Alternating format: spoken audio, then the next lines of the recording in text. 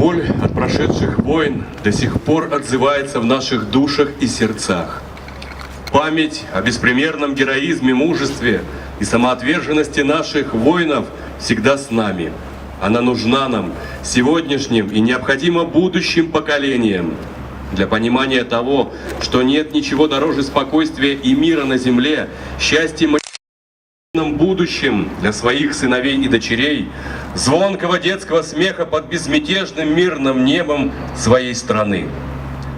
Торжественный митинг, посвященный десятилетию завершения контртеррористической операции в Чеченской Республике, объявляется закрытым.